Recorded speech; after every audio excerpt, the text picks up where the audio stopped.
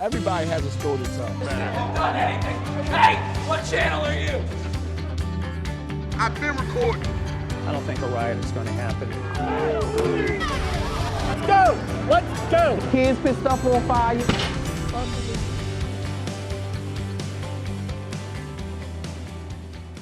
Hello, welcome to Maryland Moments, a Fox 45 News special. I'm Jennifer Gilbert. 2015 in Baltimore was a year of anguish, passion, and history. Our award-winning news staff here at Fox 45 was there to cover it all. While you see our reporters every day, we have a dedicated team behind the camera bringing you the images, the sounds, and the emotions of the stories that affect all of us here in this state. Over the next hour, it's my delight to bring you just some of their work through their lens to your home. Chief photojournalist Jed Gamber explains what goes into these stories. Moments are all around us. Will you marry me? Moments of jubilation. Oh, fantastic. Best thing in the world. That's gorgeous. And moments of despair. It's a sad day, man. All of them help tell our story, Everybody has a story to tell. Maryland's story. And having pride towards your city can be a catalyst for making change. That's right. It's what Baltimore about. People helping people. We as the photojournalists of Fox 45 work every day to capture these moments, to tell the stories of our communities. You know what I'm saying? But some people don't get the chance to tell their story. It's our mission to give a voice to the voiceless. Well, this is not the first time I've been homeless. Because why? I'm a convicted felon. I'm convicted. It's hard for me to get a job. Even when there are no words to be said. These moments surround us. Hey, what channel are you? I have a feeling we're not going to have many sober people as the day goes on. And are at the heart of what we do every day. It's fun. You think it's fun? Yeah. These are Maryland's moments. The news staff of Fox 45 works hard every day to push the focus of our stories on the people directly affected by the issues. It's your moments that make them memorable, and it's our job as television news photojournalists to capture your moments. It all starts with our gear.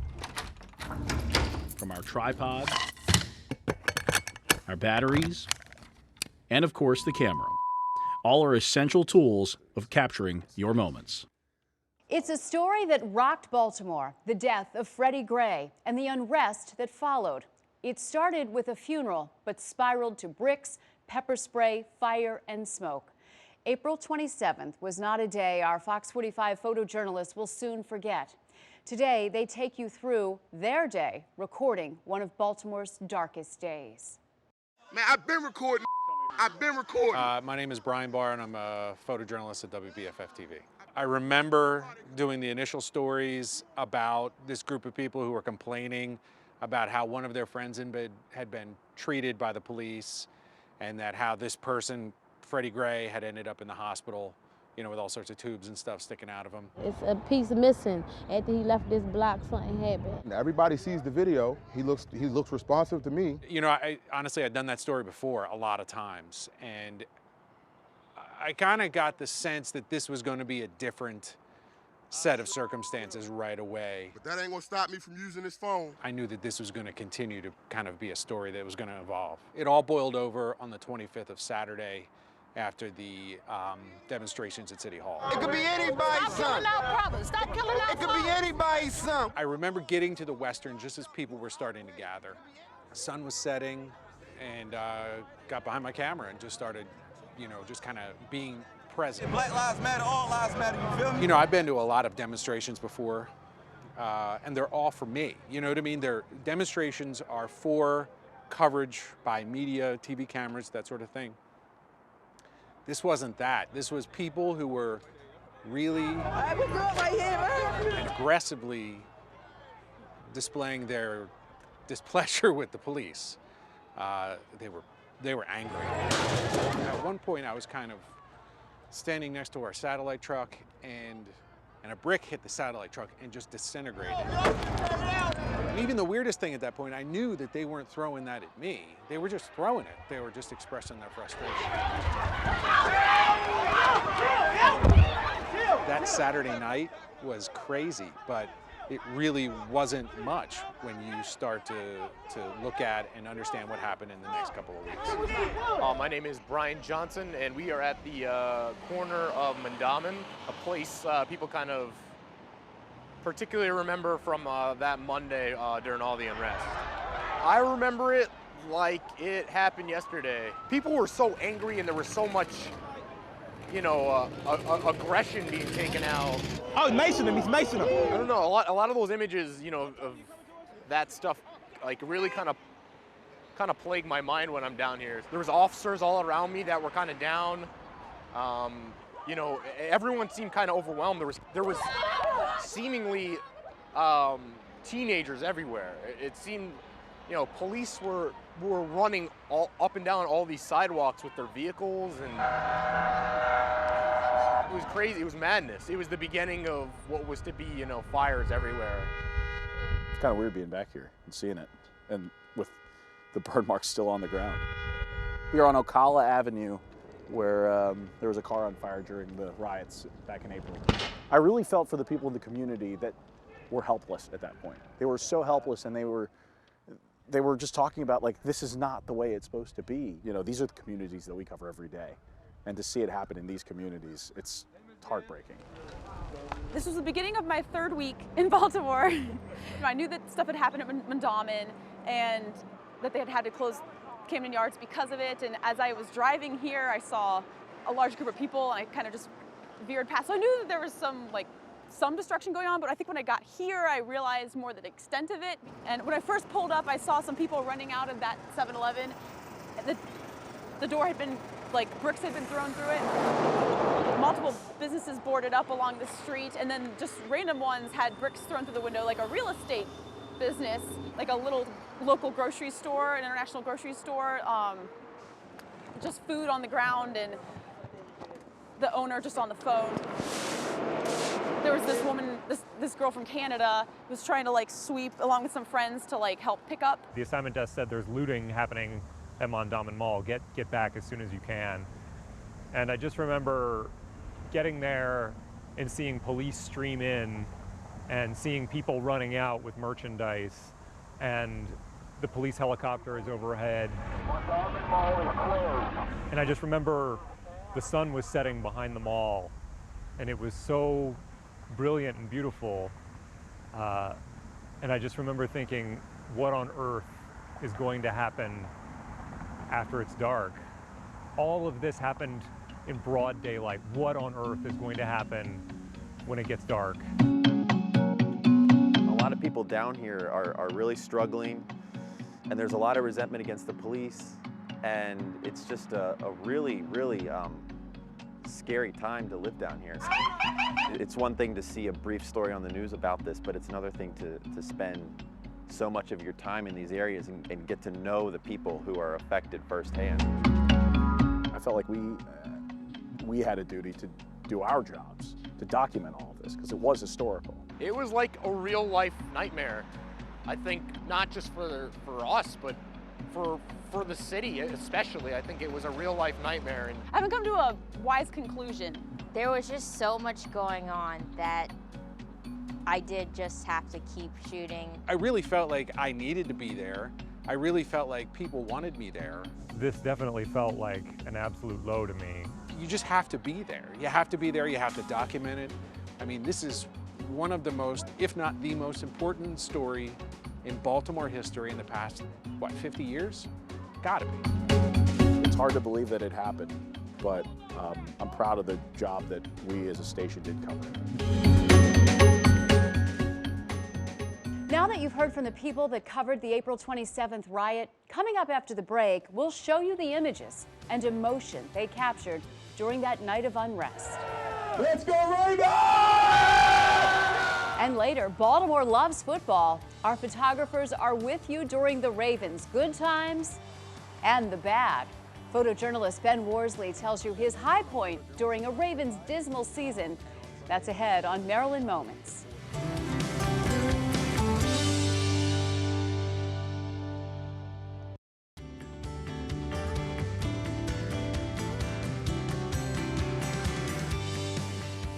Welcome back to Maryland Moments. We take a look back at 2015 through the eyes of Fox 45's award-winning photography staff.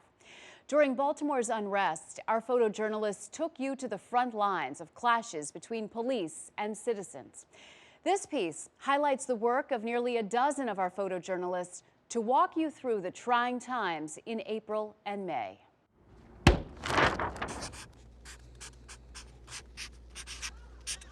Man, I've been recording. I've been recording it.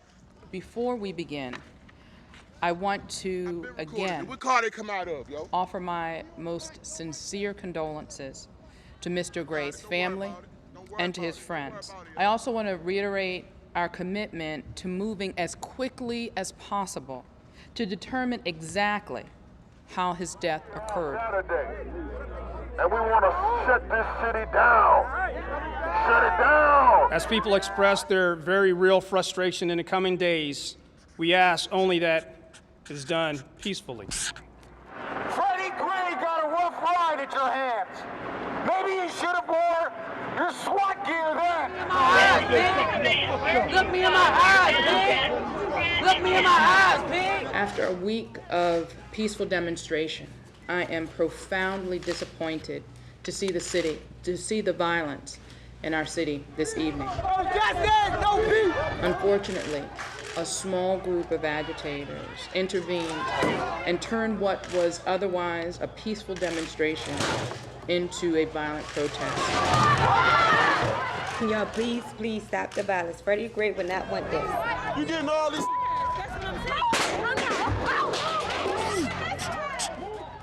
Are you prepared for riots?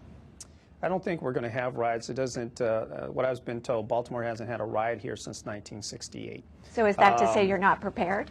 No, not at all. There again, I share with you that I come from an area that deals with these things on a regular basis. I don't think a riot is going to happen. You gotta watch your head because they're throwing bricks and rocks. They're throwing rocks, so you come at your own risk. We need you guys to back up, sir. They was pepper spraying kids. Unnecessary. This is unnecessary. My hands, rubber bullet, I believe. Fresh gunpowder out of it. This is what they shooting at these high school kids out here. This is the real story.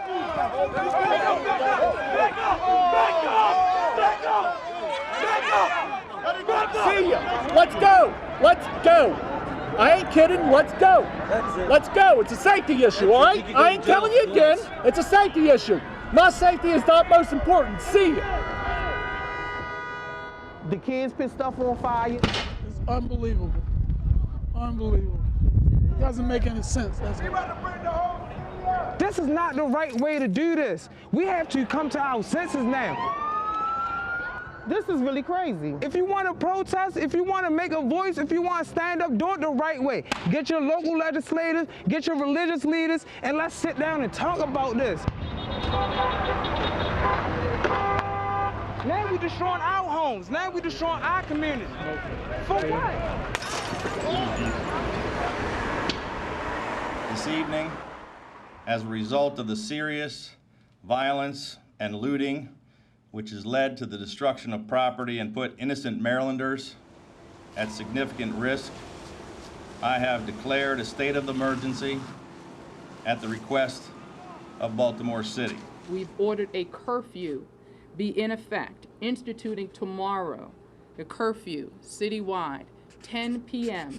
to 5 a.m. Okay, if you just saw, I don't know if this is, it looks as if that is the National Guard who's just arrived on the scene here. Okay, and you know what? As soon as they passed, the police just took that band into custody. This preliminary curfew will last for 1 week and be extended as it is necessary. It's a lot of pain, and that pain has to be addressed. One of the things we have to do is address the problems with the police department, but we also have got to address the pain that our young people feel, and this is deep pain. I'm here to watch the game. support my team, watch Adam Jones give it his all, you know? It's very weird, yeah. And I just keep wondering what's going through the players' minds too, because, you know, they do it every day. They play in front of thousands of people, and I'm sure there's an adrenaline rush, and now it's just kind of weird. Yeah. Do they have to play the national anthem? They will. They will. They were heard. They were heard. We support the city of Baltimore, and you know, we're out there playing for the fans. We don't just, we're playing for our families, but we play for the fans. We play for the city of Baltimore. That's what's across our chest. So we represent them. We're trying to represent them in the best way. Black Lives Matter, boy! Black Lives Matter! I'm proud of the community. I'm proud of the people of the community actually stepping up and doing what they need to do, or what is right to do. All day! All day! We just want peaceful protests, and we want answers, man. No peace! No peace!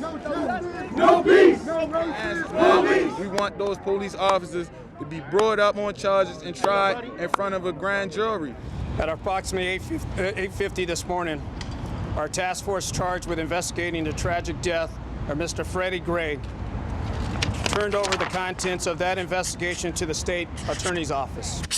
The findings of our comprehensive, thorough, and independent investigation, coupled with the medical examiner's determination that Mr. Gray's death was a homicide, which we received today, has led us to believe that we have probable cause to file criminal charges.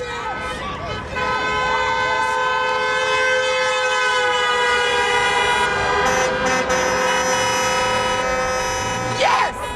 Yes! And guess what? Applause to all the good officers. Yes! Thank you! Thank you! Thank you! Perfect for the city. We needed it. It's a beginning. When do we want it? They need to be charged with murder.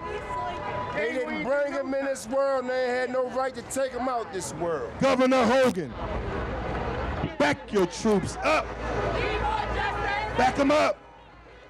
Back the curfew up. That is a decision, a joint decision that we are taking a look at. We have, you know, while there are public safety concerns, the curfew has been helpful in restoring peace and order. They plan to stay this way. Turn around. Turn around. Jed, you're right in the middle. It's very, oh my goodness. Someone is down on the ground over there, and they're obviously making some sort of an arrest. Lock me up enough! No 10 o'clock curfew! This is what democracy looks like. We are the generation of strong men, strong young women. We are the generation of fulfillment. You are not thugs. You are revolutionaries. I'm trying to prevent these rocks from turning into bullets from them. He came to help me, so that's what Baltimore is about. That's right, it's what Baltimore about. People helping people. We are not thugs. We want to be heard, and right now I'm standing up here to be heard. This is Baltimore. This is what Baltimore normally looks like. This is our home, and we're artists. This is what we need. Thank you so much. Let us continue to push the movement forward. Power to the people. Really nothing else matters unless you beat McDonough. From high school rivalries to odd obsessions, our photojournalists show off their solo storytelling talents ahead on Maryland Moments.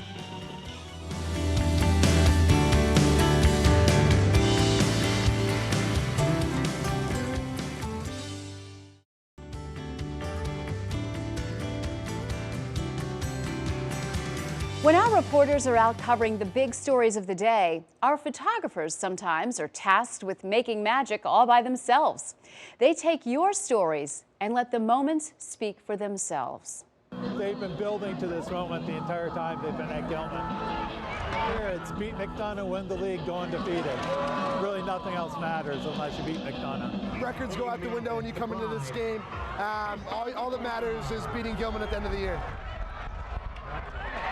This is a huge game. It's the 100th game between two great schools, two great teams, and this is what high school football is all about. It's the last game of the season. We want to take back, you know, the trophy to Gilman. 2 years ago, McDonough really handled Gilman, but the year before that, I think Gilman handled McDonough. But I think Gilman will pull it out in the end. They scored a touchdown and a field goal, and we got to score a couple more. I want a big-time victory. I want this score to not be 28-21 Gilman. Our defense it's bent, but it hasn't broke, and I think we're going to hold them here, and we're going to go in and score. Let's go. Let's go.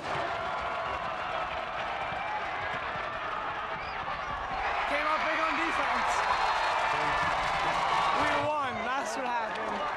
Both teams played hard. It was an exciting match. I mean, it's just exciting to see the celebration. You know, I feel a little bit bad for McDonough, but it's always been a healthy rivalry, and I'm just happy we came in on top. We fought hard. I was shaking hands at the end of the day. 100 years of this tradition and this rivalry. It feels great to come out here and win it with the team. This is a accumulation of what a great season is. Hello. We're at Lexington Market. World famous Lexington Market. Hey, did you get noses? Couldn't ask for a better day. 3 noses. 3 noses? Please refrain from picking the nose. And today they got the circus elephants are coming down. It is a Baltimore tradition. The only place the elephants are paraded through the streets of Baltimore. All right, ready? There they are. Look right here. Woo!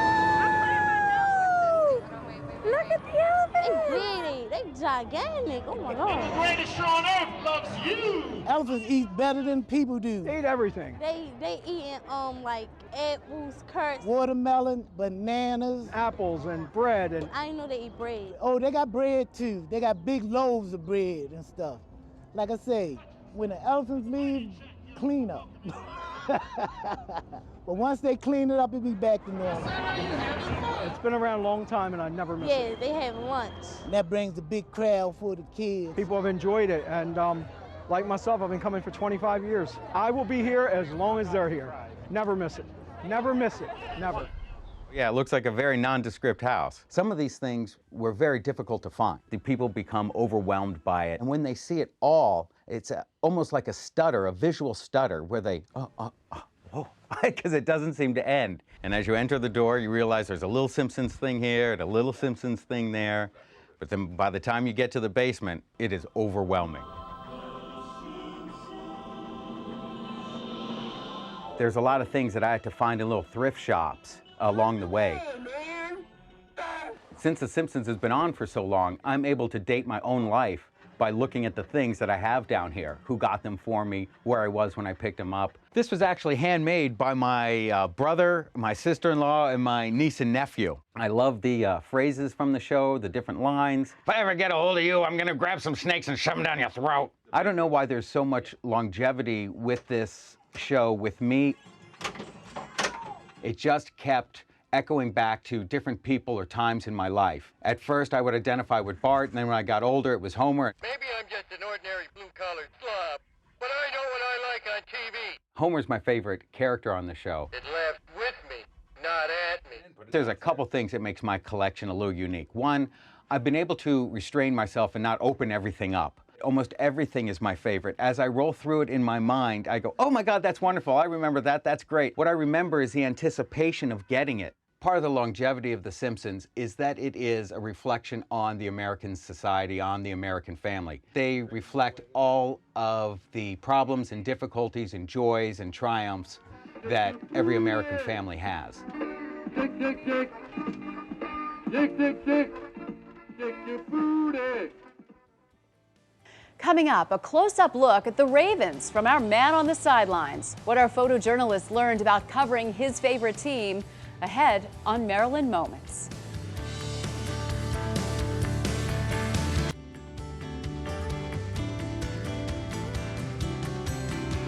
Welcome back to Maryland Moments, a look at the year's biggest stories as told by our award-winning photography staff.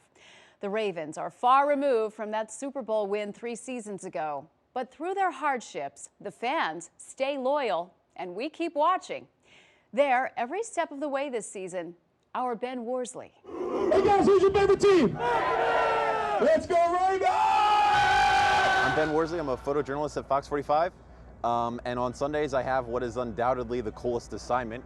This is my office for the day. Got my gear all loaded up, and I'm ready to get to work. Ladies and gentlemen, here comes the Ravens! I'm from Baltimore. I grew up a huge Ravens fan. You know, to be able to cover these guys that I've idolized for years, I mean, it's really fun. It's fun to sit in the stands and watch a game, but you can't beat standing on the sidelines and just looking up at the crowd going crazy around you. It's obviously been a tough year for the Ravens. We've seen so many star players go down with injuries. We saw Terrell Suggs get lost in the first game. Steve Smith also got a season-ending injury. Joe Flacco, who's never missed a game, suffered a season-ending injury. We're not used to seeing this team lose like this. What we really like to do is get out into the community and talk to a lot of fans and see what it's like for them. We've really put out some pretty comprehensive coverage, talking to a lot of fans to, you know, just sort of see what they think about how tough this season's been. You know, everybody has their rainy days as teams. Not all teams are going to end the season being perfect. Dennis Pettis. Bandages for Baltimore. Love you, buddy. After more season-ending injuries to season-making stars. So come on, Flacco. We need you to get better healthy, man. Unfortunately, with Baltimore, to me, it's like they don't want to give the money up to the players when they deserve it. They don't have to give me $120 million. They give me $15, I'll go down there and play. 15? $15, that's all I gotta give, $15. You know, one of the most interesting characters on this team is Brandon Williams, who's a young defensive lineman. He's really one of the emerging stars on this team. And he actually has a dream of being a firefighter later on after his football career ends. And so we were lucky enough to follow him around for a day as he sort of got to get a taste of what that dream is like. And it was really one of the more memorable Ravens stories we've covered this season.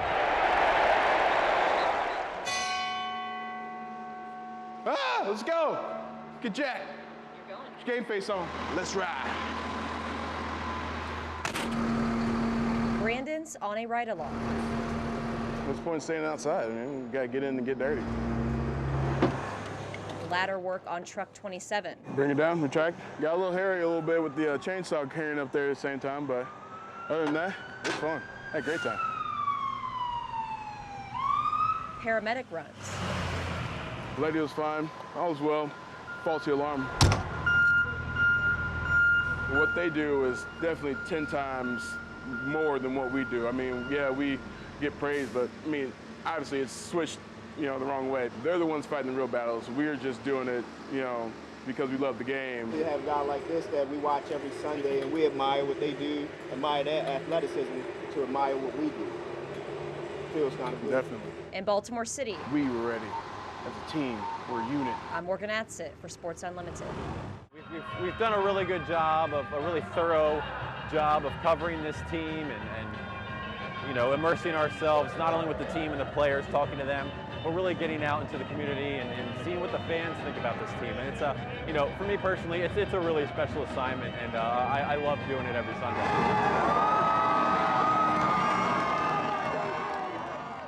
The professional sports scene in Baltimore has created many memories, but our photography team has an eye on amateur sports too. Kathleen Cairns and photojournalist Brian Johnson knock this story out of the park. Howard County follows the motto, if you build it, they will come. It's the kid in you. Rush to the left. And at this park, there are many fields of dreams. 2, 4, 6. 1, 2, 3, hitters! Ball players who play by the rules, but live life outside the box. Here we go. It's all day, Al. All day, buddy. Play ball. Play. All day, Al. You the man. You the man. Several teams. Go hitters. 3 games. There you go. There you go. There you go. Hoping for 1 championship. The game is going lousy because we're behind. Loving it now. There you go, there you go. Come on, Mark. Come on, Paul. It may mean the most to George. I believe I'm the oldest. Yeah, all of them old. At my age, every day could be the last one. George served in World War II, but has played this all-American sport his entire life, and he's proud of his digits. Well, that happens to be my age. This is the Senior League. Yeah, George is 90. And Bob's age? Shut up. 60 is the minimum age for this league. Many are grandfathers, 67. retired, My bucket list? enjoying their golden years. 69 in 2 weeks. He's 72. Well, it could be all our last baseball game in life, but I'm 83. So He's just a baby. I'm a kid. I stay in front, get it out. A place where a bat and ball don't define age barriers. They break them.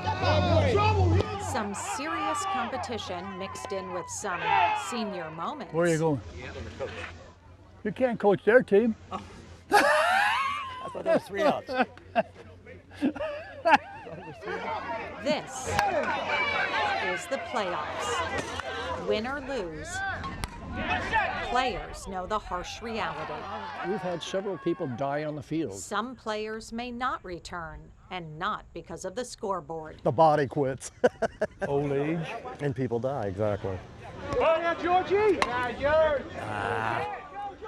From Little League to Senior League, it seems the strategy I thought I had a runner there.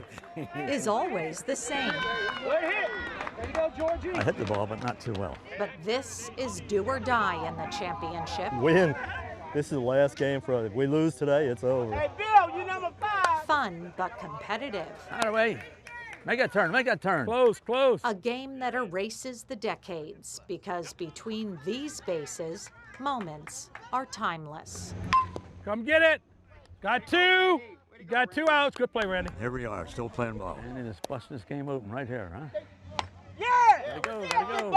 This is the final shot that we have. But as the final inning comes and goes, these seniors realize softball may be their own fountain of youth, All right, young man. where everyone walks away a winner. Live every day like it's your last. In Howard County, I'm still doing it. Kathleen Cairns, So I'm not finished by far. Fox 45 News. Coming up, Baltimore hits a dark milestone. I was in my room and I heard a couple gunshots. One of our best illustrates the story in a unique way.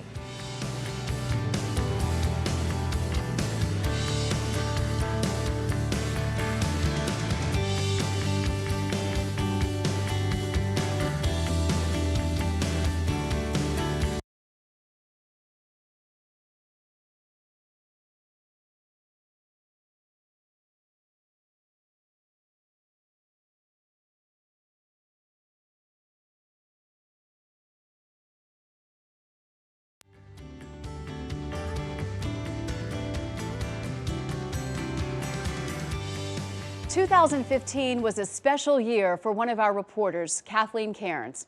This year, she was inducted into the National Academy of Television Arts and Sciences Silver Circle, marking her contribution to the industry for 25 years and counting. In Kathleen's 25 years, she specializes in finding characters and giving them a voice. We want to show you one of those pieces she did with photojournalist Jed Gamber, the summer day that Baltimore hit a sad milestone. As people rush to make the bus at Penn and North, daily routines are overshadowed by a grim number. 200 homicides. Monday on the Alameda, I was in my room and I heard a couple gunshots. Baltimore City's 200th murder for 2015. And what you see here is a tragedy. The numbers add up, but it's the names that go with those numbers that make it more real. Terrell Patterson, Curtis B.D. Mitchell, Delvin Trusty, Marcus Tisdale, Charles Adam, Ronnie Thomas III, Among those killed, Stephen L. Bass, fathers, Charles Jackson Jr., mothers, Jennifer Jeffrey, and children. Encina Masudi, which was 1 year old. Baltimore finished 2014 with 211 murders, which would fill from this row to this row of bleachers. But if we continue on this current pace of almost 1 homicide a day, we would fill this entire section of bleachers. Now residents search for answers. Be more. With just one word. Now, love right here can help Baltimore City's homicide rate. Hope is a word. And having pride towards your city can be a catalyst for making change in the rest of the But world. you also have to have confidence along with that. Yes, the You have to confidence have the and confidence knowing. and knowing that he will take care of this situation with the murderers. Like if everybody come together and stop trying to be against one another, we can all love each other. It's a great city. You call it the Charm City. In West Baltimore, So why not live with charm? Kathleen Cairns, Fox 45 News. Coming up, a story that made headlines around the world affecting a local artist here in Maryland. It's a body blow. You know, we feel like that we've lost some brothers and comrades.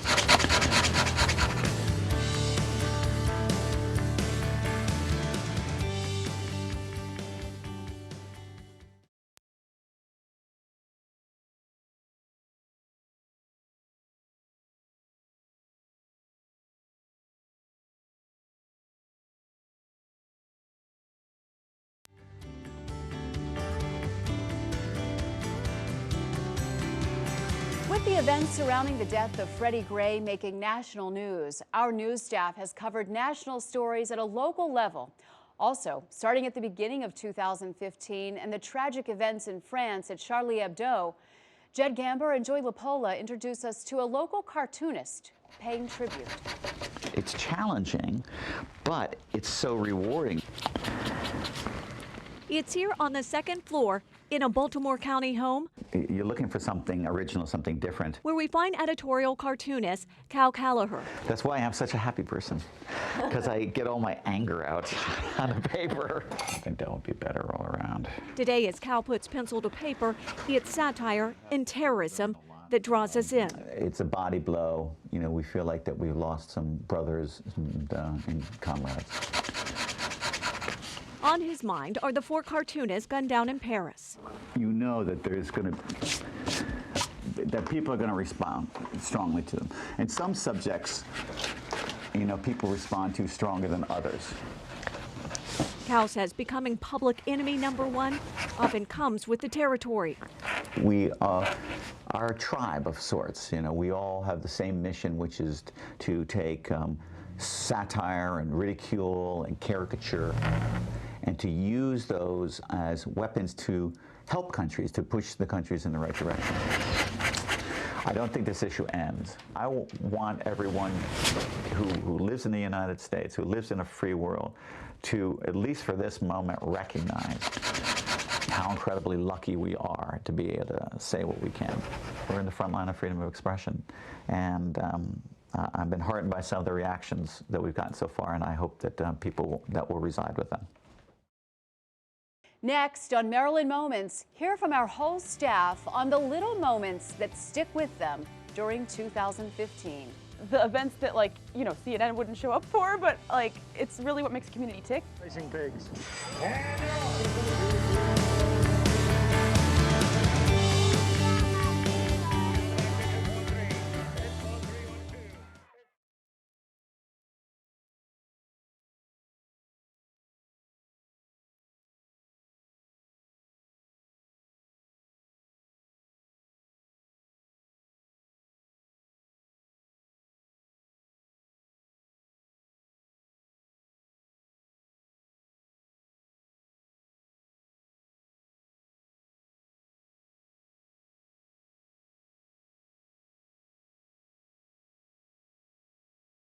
A good story needs a compelling ending.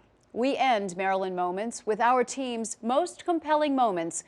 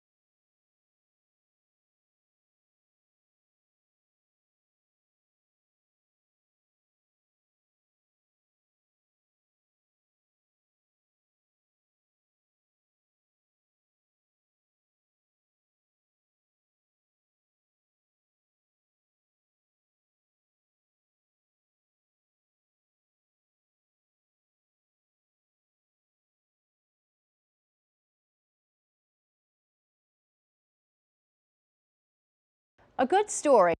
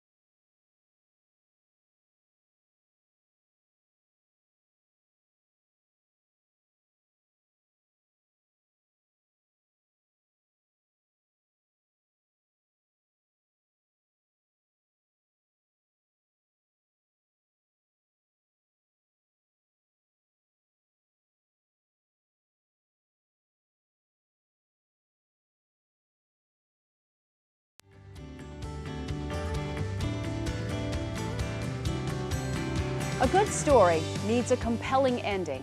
We end Maryland Moments with our team's most compelling moments captured through their viewfinders. I think the thing that I like the most about working here are the stories that you don't see on anybody else's newscast.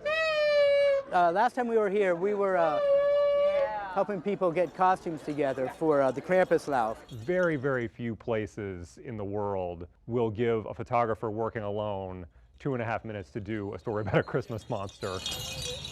We will be making our way down the avenue. Hopefully we'll be spreading mirth and mayhem on our way. I knew a little bit about Krampus before this. I knew a lot about Krampus afterwards. That's the sort of thing I like to cover, is like the events that, like, you know, CNN wouldn't show up for, but like it's really what makes a community tick.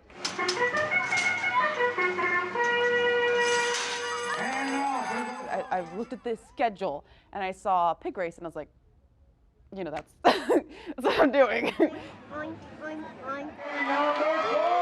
Our job is to make the viewer feel like they're doing more than just watching a story on TV.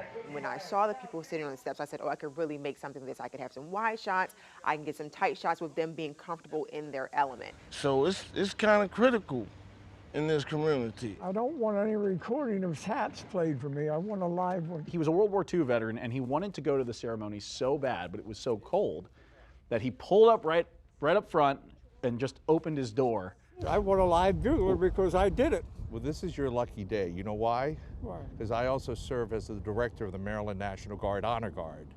So I will make sure that you have a live bugler. It was one of those things that, looking back on, you know, I started tearing up a little bit about, because it was just such a genuine moment. The father of 9-year-old twins, Damaya and Danaea, was found murdered in January. My father, he was a great dad, and I miss him. Kids in the city really experienced a lot with the violence in the city. And at the camp, there were a lot of kids that experienced loss and grief and didn't know how to deal with that. Let me see the glitter, Trayvon. It all starts here with some glue and glitter. Whoa, nice. I like that. The camp helped the kids sort out their emotions. There were shouting matches going on literally in the middle of the streets out front of the courthouse. You want your children hanging out with Freddie Gray? The story was about just protests that were going on outside of the courthouse. Get your hands off. Don't touch me. Don't touch me. Asking if we want our children to be friends with Freddie Gray.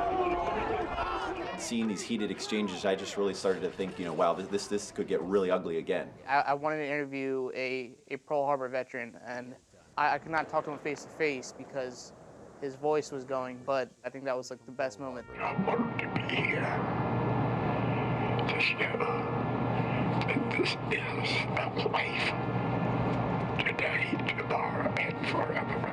Thank you. So I walked towards it and I was like, oh, it's just a street musician. And then I almost turned around, but then I was like, wait a minute, what is that? He's known as Abu, the flute maker. And I looked and it was like, it looked like something out of your bathroom and that he was playing music out of. Said, hey, we're doing a story on you because this is nuts. This is something very unique for sure. Abu was about as one-man band as it gets. The fun part was capturing these ducks in all their essence. You know, you can't really mic one up like you can maybe a dog on its collar. So they become just as much as part of the family as the dogs have. I mic up a branch so you can get some of that splashing of the water, and they walk by, so you get really that wah, wah, wah, just, you know, capturing all that sound. There's so many who have given their lives, and I can never run out of names. So that's what keeps me going.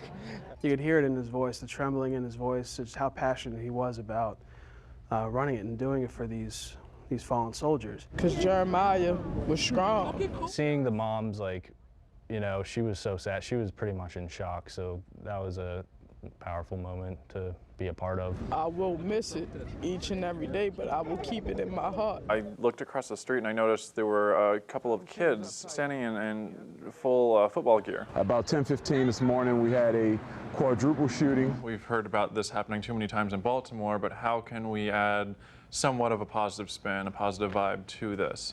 None of the negativity that's going on out here. Just keeping their mind right here, focus on the game. Let me hear you! Oh! It humanized it quite a bit more. Quite the sight, even for those without it. So this particular story was in our story list for that day, and I was assigned to something else, and I went out and pursued that. And while I was waiting on calls, I said, I have to go check this out. Maybe it's nothing, maybe it turns out to be something. James Harris.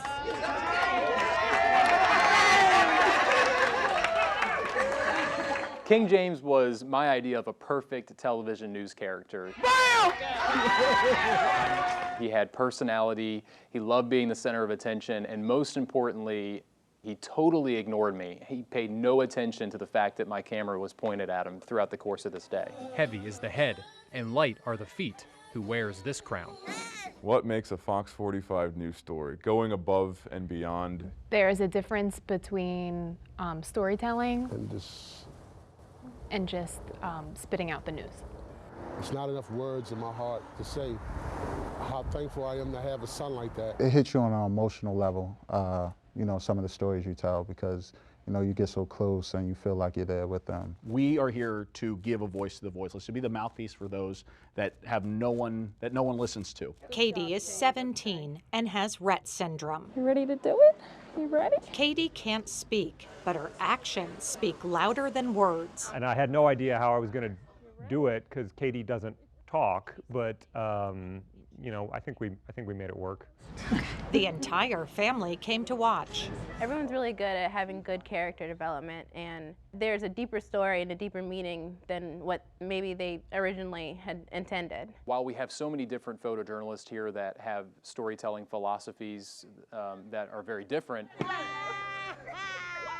it all circles back to our main mantra here, which is telling character-driven stories. As you can see, we enjoy the movies. We're fans. We like it. That people can walk away from feeling something. He's so cute. And he's so contented. And hopefully they remember it a lot more if they walk away from something feeling it. That's it for 2015's Maryland Moments. I'm Jennifer Gilbert. On behalf of our award-winning photojournalists, have a happy, safe, and moment-filled 2016.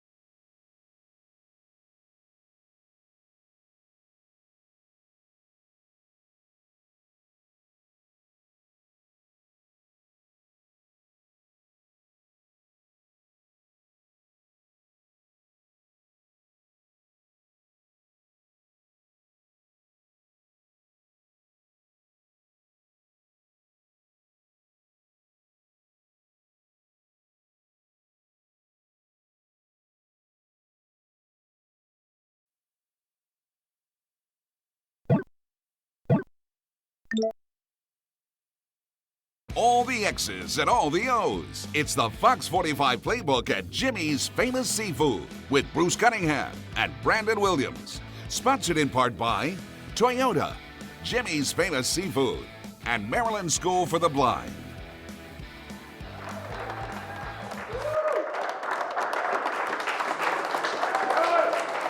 Hello again, everybody. Welcome to another edition of Fox 45 Playbook. I'm Bruce Cunningham. Say hello to Brandon Williams, everybody.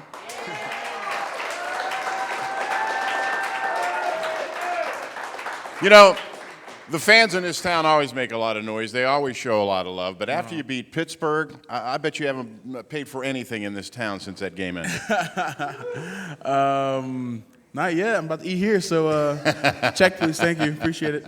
But no, man, it was awesome. It was electrifying. I mean, I got a bunch of tweets and all that stuff talking about thank you, appreciate it. I mean, other than the season going the way it did, this Pittsburgh sweep is amazing. It made my year, made our season. So I mean, definitely appreciate the fans coming out and supporting us. Being there through thick and thin. And all the ugly. So, I mean, we definitely big props to the Ravens fans. Everybody needed this. You guys needed it. Your bosses needed it. The fans needed it. The media needed it. Everybody needed this. You realize that, right? Oh, definitely. I mean, it was definitely, we needed to win that game. We wanted to win that game, and it kind of just rolled out that way. Ryan Mallett, 28 of 41, 274 yards and a touchdown. 2 weeks ago, he's on the couch, Yeah. And they were able to coach him up that fast, and he played like crazy, didn't he? Oh, yeah, man. I call him Torch now. So, I mean, he's just been – oh, man, he torched our secondary. I mean, he did a great job. And he's a gunslinger, and he's got big arms. So, I mean, I'm proud of him. I'm glad of what he did, And definitely I'm, intrigued to see what he's going to do next week. It was fun to see you guys flying around on the defensive side, too. As the announcer, I call tackles, and I was calling a lot of different names in that game. Everybody had a big game there, didn't they? Oh, yeah, everybody's flying around. I mean, that's what we talk about in meetings every day. Everyone swarming the ball, get around the ball. There should be 11 guys in the film room, in the picture every time we watch film, every week. So, I mean, that's the thing we hang our hat on. That's the thing we want to continue to do. One thing that happened in the game that I'm not hearing a lot of people talk about is Pittsburgh came out running it, and they were successful in the first quarter. They were banging off some runs. An adjustment was made, or you guys just arched your back or something, but you were able to take that run away from them, and that was kind of a sub-story to that game, wasn't it? Oh, yeah, definitely. I mean, our biggest thing is, number one, the run, stopping the run for sure, but this week's game plan was a little bit different. I mean, obviously, in the weeks past, Pittsburgh has been torching, secondaries. Ben Roethlisberger has been just on fire. So we wanted to invite them to run the ball. So we played, the box with 6 or 7, stuff like that, just so they can just be like, oh, we got success from the ball. Let's keep doing it. And we're like, yes, keep doing it. So that, helps out our secondary. And at the same time, we got gashed a few times in the beginning, but, obviously our run game stout. We can defend the run better than almost anybody. And so that's what we did. When they counted the most in those 4th and shorts, we stopped them. We got the job done, and that's what we wanted to do. When they're breaking off big runs, you guys kind of take that personally, don't you? Oh, yeah, definitely. But Dean Pease was like, yeah, they're going to might get 4, they might get 5. You just got to weather the storm because, I mean, he's the mad scientist behind the game plan and the sheet he reads off of every Sunday. And, this week was crazy. I mean, he was right on, spot on. So, I mean, definitely big shout out to Dean Pease. He's the guru. Here's something I bet you haven't thought of. On Monday, Navy played Pitt in the Military Bowl down in Annapolis. Mm-hmm. So I think it's a fairly safe bet to say that a lot of people made the drive from Pittsburgh to see both games. Oh, you guys came through, Navy came through. There's a lot of disappointed people heading back to Pittsburgh. You don't mind that, right? Not at all. Farewell. That's what you get for coming to Baltimore, thinking you're going to, just step on us. Yeah. We're going to definitely prove you wrong and send you home with your, tail between your legs. Do the terrible towels make you as angry as they make most people? Do you talking about the P-Rags? Yeah, P-Rags, yeah. I mean, I don't really pay attention to them because they weren't waving that much during Sunday's game anyway. Well, they started out waving them, but we didn't see it much in the second half. Yeah, exactly. I mean, it started a little bit, and then it just kind of got lower and lower and just like, just put it in the back pocket. So we're proud to do that for the fans. On Monday, John Harbaugh said, you know what, going into this week against Cincinnati, he said, we want to end the season up here. We want to go into it like that. obviously it can be one heck of a springboard, back-to-back wins like that. Oh yeah, definitely. I mean, we got one. We're gonna get back in the film room tomorrow and start, with our feet hitting the ground running, looking at film, looking at everything we can just to get ready for the Bengals because, it's another big game. It's going to be another high intensity. All cylinders are definitely going to be firing. So we're definitely ready to put in the work to, come out with another victory on Sunday. There's some keys to the game there on the screen. The one I wanted to touch upon the most, though, is the one in the middle, Rattle McCarron. He hadn't played that much. Advantage Ravens? I would say so because, Andy Dalton has seen our rush, and he's been, hit by our rush many times, so he's kind of used to it, and McCarron doesn't know it's going to hit him yet. Would you want to be A.J. McCarron this Sunday? No, I want to be the guy hitting A.J. McCarron this Sunday. Rather be the hammer than the nail, right? Exactly. Always. All right. Stick around, everybody. We're at Jimmy's Famous Seafood, home of the finest seafood you're ever going to eat, and our special guest, and he really is special this week. This was clutch. Stick around. We're coming right back.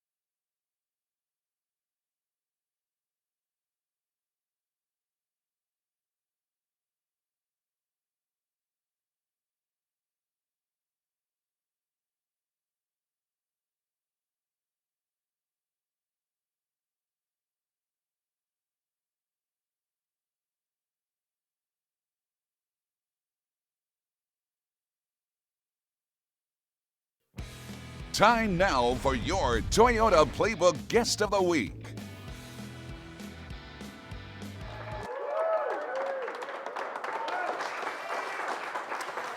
Welcome back to Jimmy's Famous Seafood. This is Fox 45 Playbook. Bruce Cunningham, Brandon Williams. Introduce our guest like you have to, right? Oh, man, this dude is Mr. Clutch himself, the golden toe, Justin Tucker. Justin Tucker, everybody.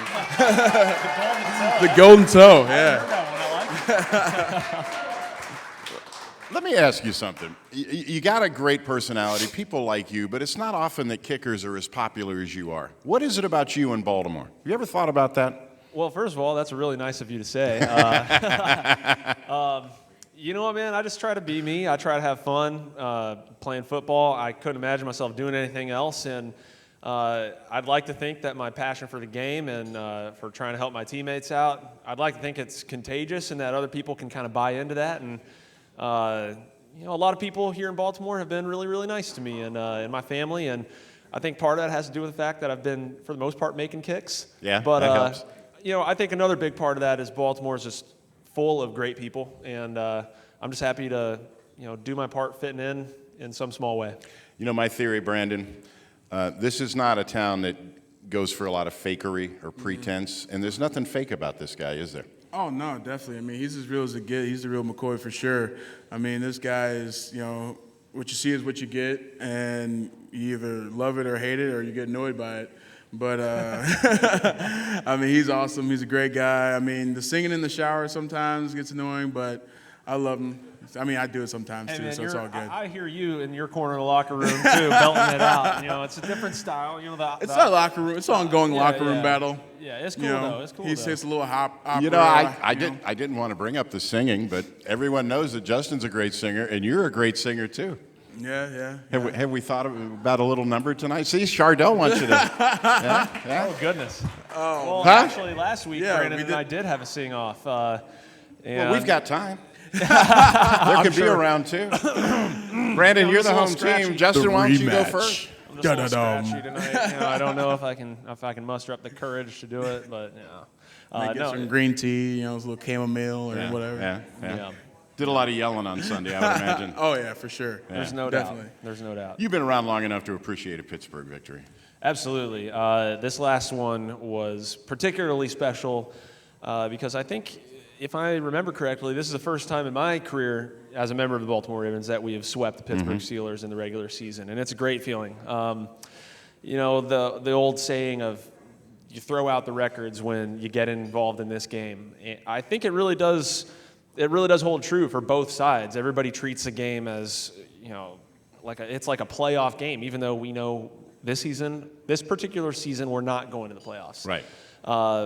But we have the mentality that, well, if we're not going, then nobody should go. So especially not the Steelers. Especially exactly. the Steelers. Yeah. Exactly. So this is definitely a special win, and to be able to come through, you know, as a team, you know, getting that consummate team win that, you know, the Ravens are known for in an AFC North game in December with, you know, for me, this is something I pay attention to. The wind was just howling out there. Being able to, you know, battle all of that and then get a big W out of it, that's very important. I know what you mean. There was a point in the first half yesterday when I looked at the wind, I looked at both goalposts. The streamers down here are pointing this way. The streamers here are pointing this way. The wind was literally blowing in both directions. Well, that is M&T Bank Stadium for you. It's, in my opinion, it's the toughest place to play as a specialist. But hey, I mean, I'm glad to be here doing it for the home team. And, you know, hopefully we'll get to keep